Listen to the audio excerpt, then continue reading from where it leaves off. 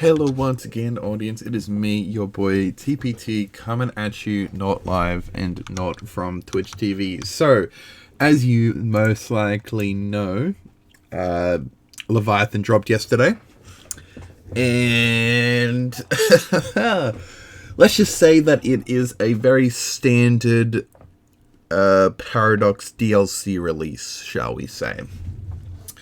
That's all So I'm just gonna leave it at that. All right, it's a very standard EU4 DLC, well, generally Paradox DLC release, and I'm sure you guys will know what that means.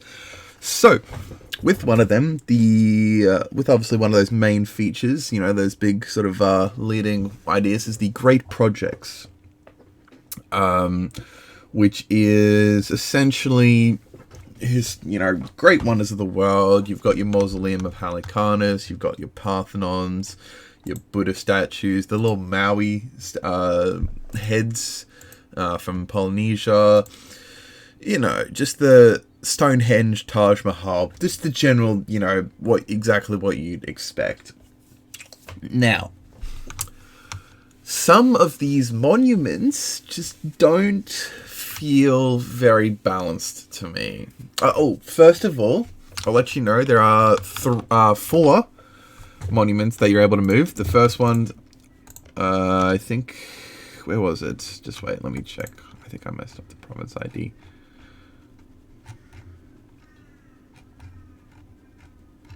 The first one is the apparently there's a way of getting Buddha statues in Bamiyan, at least according to the wiki.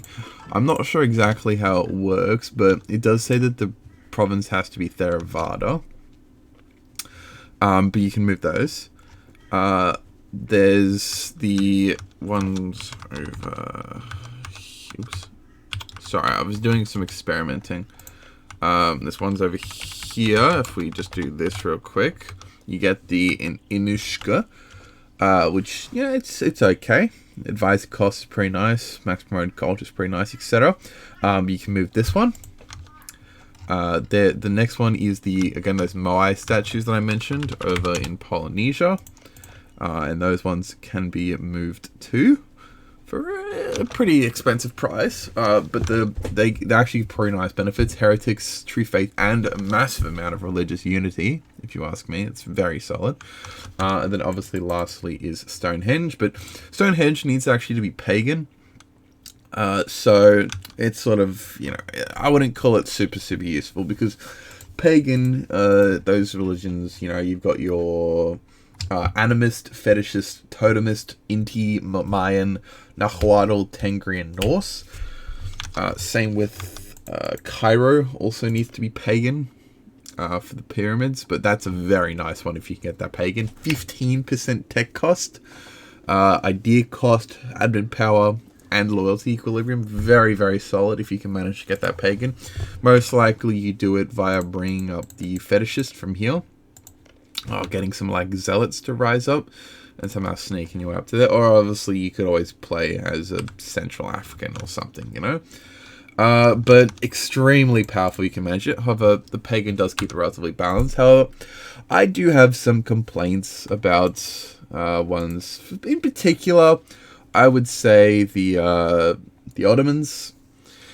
First of all, you get Hagia Sophia as the Ottomans, because you will get it. That's +1 tolerance of the true faith, +1 tolerance of heretics, and some loyalty, and all you got to do is be Coptic, Orthodox, or Muslim.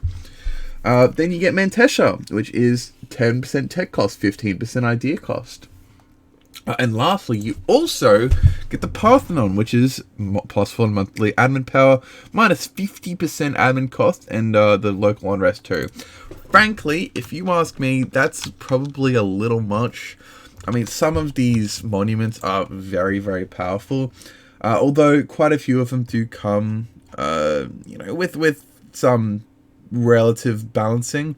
Like, for example, there's one over here. I'm just gotta find it exactly. Which Shervin, that's right, it's in Shervin, which is the Baku Eteshka. I don't know if I'm saying that correctly, but I mean, 10% discipline, land, fire, and fire damage received, but you got to be Zoroastrian.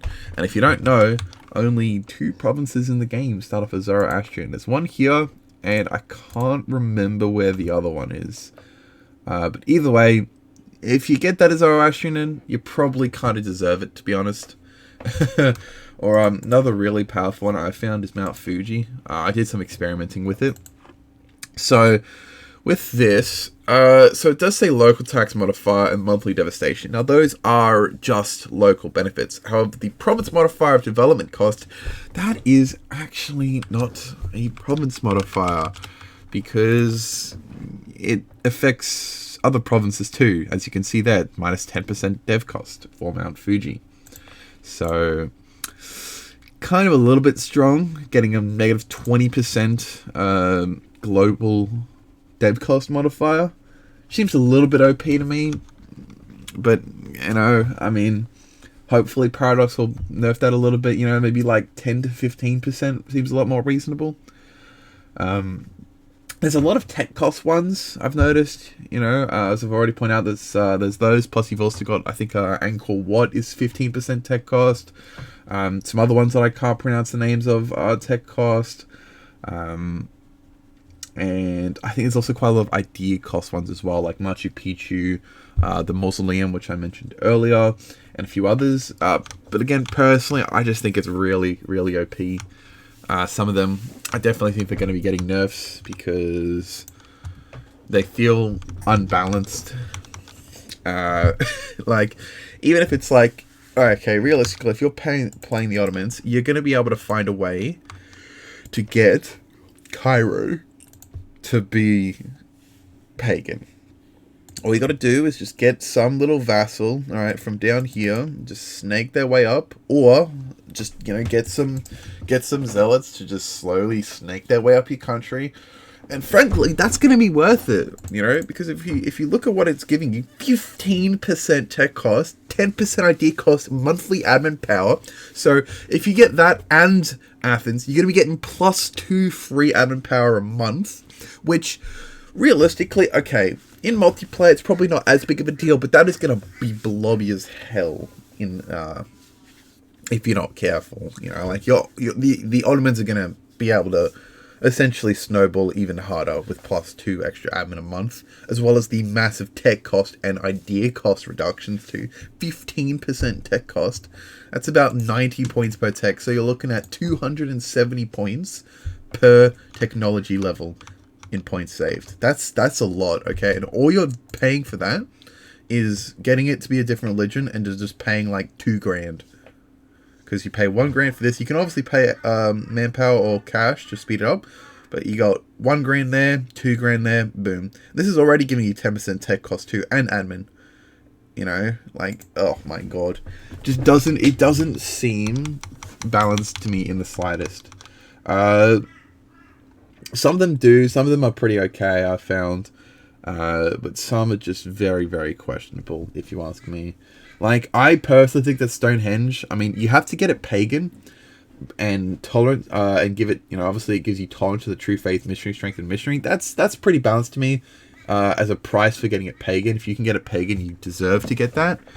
But some of them just feel, I mean, Bangkok is really good too. Like, if you get it to tier 3, you're looking at 10% aggressive expansion impact, which isn't a big deal, but absolution and 33% governing cap. That is very good, if you ask me. That's a very strong ability. Or another good example of a balanced one is Versailles.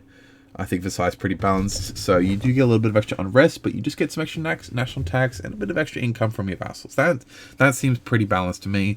Maybe even a little weak almost, but you know, Notre Dame +2 times to the true faith. That's what I'd pay $2,000 in the mid to late game for that. Times to the true faith is pretty good. You know, you don't have a cap on it, so it'll help keep some provinces in line. You know, I think that's pretty fair. But some of them just definitely aren't, and I really hope that Paradox realizes that and that they end up fixing them. I also wish that maybe we had some more which we could move. Four isn't too bad.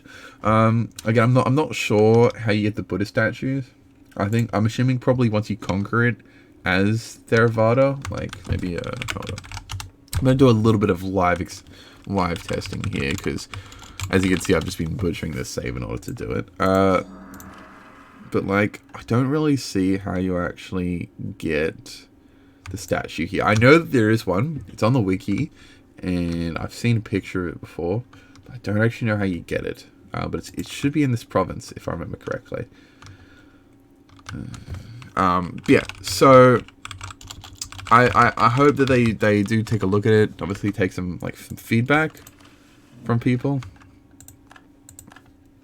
in order to, you know, make more balance. Because again, I feel like this is a massive buff to the Ottomans, which is kind of shit. I also think there are definitely some things. Again, I think it's fun. It's definitely a fun change. Like, I can't wait to play the British and just steal all of the monuments. You know, create my own little British museum. But yeah, you know, it's just not great. So anyway, guys, I hope you have enjoyed. And if you did, be sure to hit the subscribe. Be sure to check out the socials down in the description down below. If you've got your own personal thoughts on this, I would very much appreciate to hear them, because obviously I've only listened to mine and one or two other people's opinions so far. So I'd like to hear your thoughts on them, because I do think there are definitely some monuments which are balanced, but I also think there are plenty which aren't. So I hope you guys have enjoyed, and I will see you all next time. Peace.